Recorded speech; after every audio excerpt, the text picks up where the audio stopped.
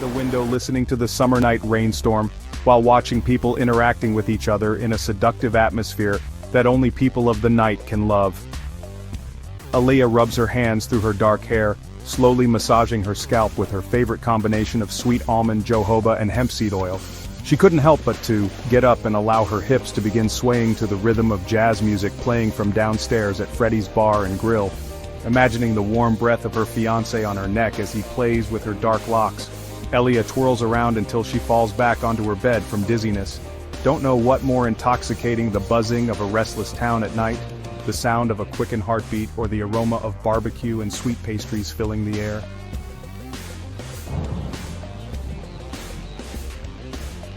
However, it's the cracking of pool balls, booming thunder, loud cursing and laughter that snaps Ella back into reality. Rising from the bed with a smile to take a sit back down at the window, the thought of how Freddy must be putting his pool opponents to shame and sending them to the poorhouse tonight is amusing. Kissing Freddy's 8-ball in exchange for a piece of his blueberry sonker with a scoop of homemade vanilla ice cream was okay if the fiancé and Freddy's woman isn't around, Ellea thought. There's no sense in losing a sexy, brilliant man over a hustler's 8-balls and a mean blueberry cobbler that don't help me conceive life and won't help me to keep my waist snatched. No wonder Freddy's always smiling even when his restaurant business slacks from time to time. He always has a hustle that keeps his pockets deep, but playing pool seemed to be his best hustle because every time he puts on that t-shirt with the image of an 8-ball, he beats the opponents and leaves them cursing the day that he was born. Freddy keeps that 8-ball t-shirt pressed and cleaner than his Sunday's best. Suppose being a preacher is his other side hustle. People do say that church seems to come second place to the pool hall for Freddy, but most people around here love him for his barbecue and blueberry cobbler that would make you go slap the taste out of your mama's mouth.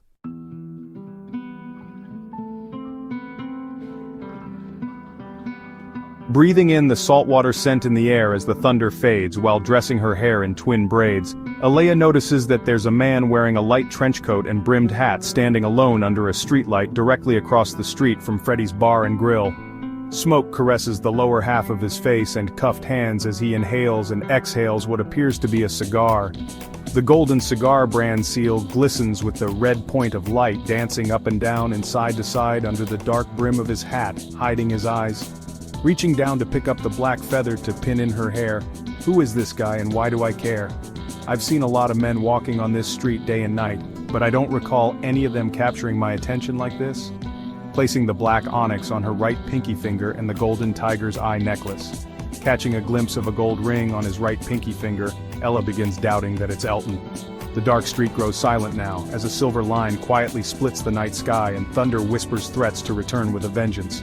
Church bells sound off in the distance. It's Friday night for God's sake. Cracking. Aw, damn! Laughter. Standing under the streetlight, he motions for her to come over. Ellea crosses the street, walks towards him and then decides to pretend that she is going to Marva's grocery store to pick up some late-night snacks. While passing him, she gets a closer look at him. He does not attempt to grab her or even step up to her as she approaches. Not saying a word, he remains under the streetlight, watching and smoking his Gurkha. The ringing of her phone from upstairs is a daunting reminder that she not only left her phone, but this would possibly be proven later to be to this man's advantage should he want to do her harm. What the? The man was gone. Lightning flashed, seeming to crack the sky open, and then a roaring thunder flooded the night sky. Welcome to Marva's. Oh, hi, Mr. Saunders. How's Mrs. Saunders and the family doing? Our eldest son Larry is getting married next month. He's in the Marines. They're expecting their firstborn. Finding her way through thick clouds of cigar smoke to head back upstairs, Ellea noticed that the excitement continues. Taking in her surroundings, Ellea approaches her door and stands there to listen.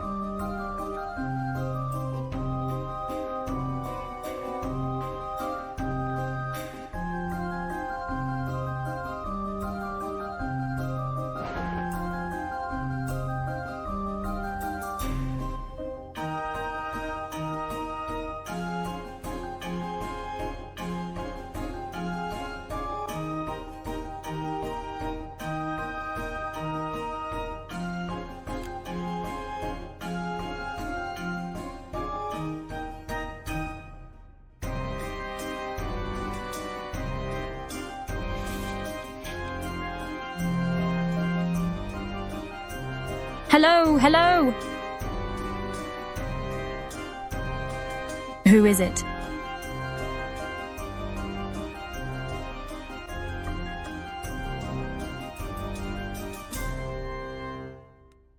Babe, it's me. Open the door. In a house filled with unsettling memories and whispers of the past, Ellea feels haunted by a presence that challenges her sense of home.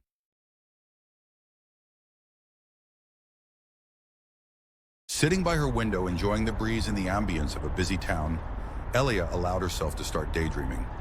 Years ago, she and her family moved to a house on Palms Avenue in Washington. As she sits by the window filled with nostalgia, she realizes how much she misses her family. A career as a government agent while being on assignment can do that from time to time. The sounds of Freddy's bar and grill and the ambiance of a small town begin to fade away.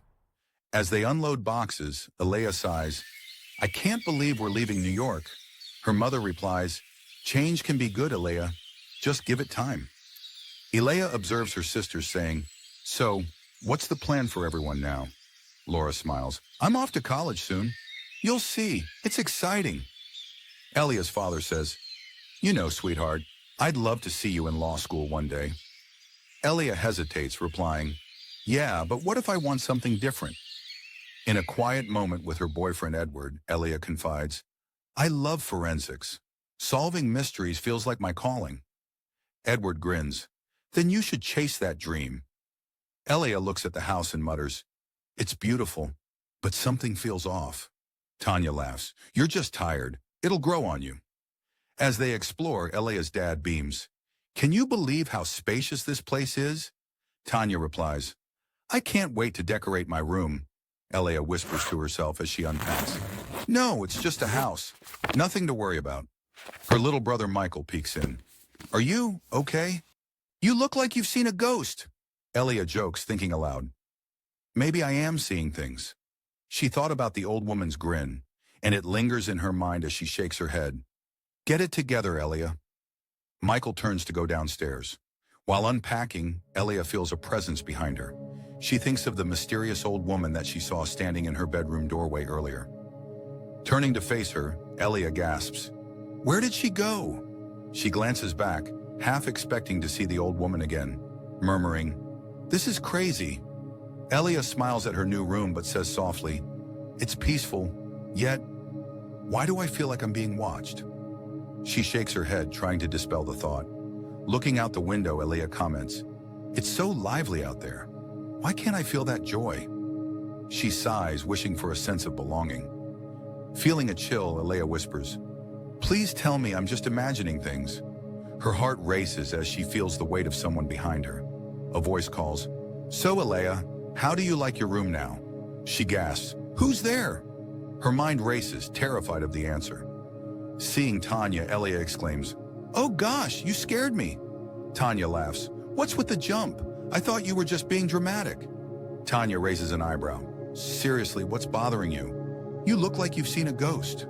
Ellea replies, "It's just, this house feels off, you know?" Ellea chuckles nervously. "I might just think you're a witch in disguise." Tanya grins. "If I was, I'd have a lot more fun than this." Ellea recalls, "I swear I saw an old woman in my doorway. She just stood there, grinning." Tanya's smile fades. "Are you serious? That's creepy." As silence envelops them, Ellea whispers, "Why is it so quiet? Did you hear that?" Tanya glances around. "No, but now I'm starting to feel uneasy too." In horror, Ellea breathes out, "Tanya, is that you?" Tanya begins to contort and changes into the creepy old woman. The old woman points at Ellea and responds, "You've been deceased for a long time. You're stuck haunting this house forever." Ellea gasps, "What do you mean? This can't be real." Ellea wakes up and realizes she's just had a nightmare.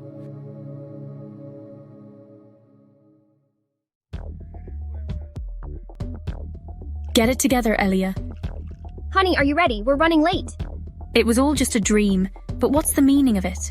Turns out that Ellea's nightmare would go without any answers for a long time.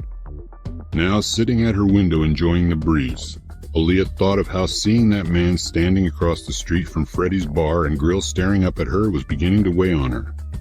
Looking down at her phone, she thought it might be best to call her sister Tanya and catch up on old times, especially since they all seem to be a long way from Palms Avenue in Washington. Could the old woman she had a nightmare about years ago have anything to do with the stranger who seems to be from her past? Somehow, she just can't seem to place him. I enjoyed last night and was wondering if you would go out with me again tonight. How did you know that I was just thinking the same thing? Of course, I want to see you again. While standing in her closet pulling rack after rack of dresses aside to try one on, Elton goes on about having a surprise for her later. Then that's when it happened. Suddenly the aroma of a Gurkha cigar reaches her nostrils. Ellea stops cold. He's here. Elton stops talking. Silence on the other end of the line. Are you sure it's him? Yeah, I can smell that freaking cigar. Could it be from Freddy's downstairs? I know that cigar scent anywhere and it's expensive. I don't know too many of Freddy's regulars who could afford to buy and smoke $1 million cigar, do you? I'm on my way. Don't leave and lock the doors and windows until I get there. If Freddy's downstairs, call him if you need to. Turning to walk to her door to make sure that it's locked. She quickly glances over and notices that she did leave her window slightly open earlier just before Elton called. Reaching up to pull on her necklace was a natural reflex to respond to the quiet knock at her door. Who is it? Silence. Ellea waited until she heard Freddy's voice on the other end, asking her to open the door. Ellea, it's Freddy. I want you to meet someone. It'll only be a minute. With a sigh of relief, Ellea tucks her necklace into the collar of her blouse. As she opens the door, Ellea is greeted by two people, Freddy and a woman. Keeping a smiling poker face and playing along, Ellea immediately notices the woman and is surprised when Freddy introduces her as his lady. Hey, Ellea, I want you to meet my lady Harper. She's from New Orleans and she came here to visit. Ellea is one of my favorite customers. Yeah, she and her fiancé are good people. Extending her hand with a nod, Ellea looks at Harper and recognizes her from last night, wondering why she was with a man who likes to smoke very expensive Gurkha cigars only to end up here standing next to Freddy the very next day. As if that's normal for her. Maybe it is. But what is she up to? Ellea let that float around in her head as she greeted Harper. Harper. That's a pretty name. So how did you and Freddy meet? Well, it's a long story, you know.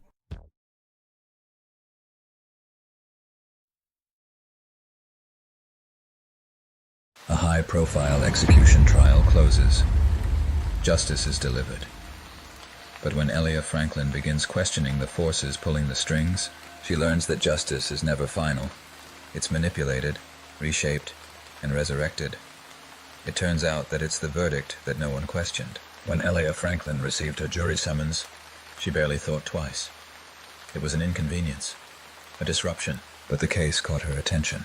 The trial of Daniel Crowder, a man accused of orchestrating the execution of his wife in a calculated act of violence.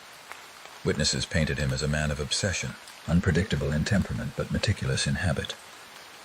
He had an expensive taste for rare cigars, an indulgence that inadvertently left a breadcrumb trail for forensic investigators. Gurkha cigars, the choice of power, wealth, and secrecy. The details disturbed Ellea.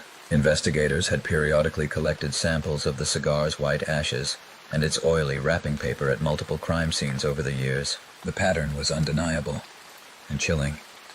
Then came a revelation from one of Crowder's former commanding officers. The accent sounded British, Ellea had noted. It was during the trial that she and the other 12 jurors were presented with classified documents. Daniel Crowder was a British officer. He had served alongside Nepali soldiers in one of the world's most elite and feared military units, the Gurkhas. The Gurkhas were no ordinary soldiers. Their reputation was legendary, a force recognized for stealth, discipline, and brutal precision. A Gurkha soldier was trained to eliminate targets swiftly, silently, and without hesitation. Their blade, the fearsome kukri, was both an ordnance and a warning. Those who crossed them rarely lived to speak of it. The jury deliberated. The evidence was overwhelming. Guilty. The verdict was delivered. Justice was served. Or so they thought. As for Ellea, the hauntings begin. 3 days after the trial, Ellea began experiencing disturbing phenomena. The first was subtle. The shadows in her apartment seemed to stretch too far.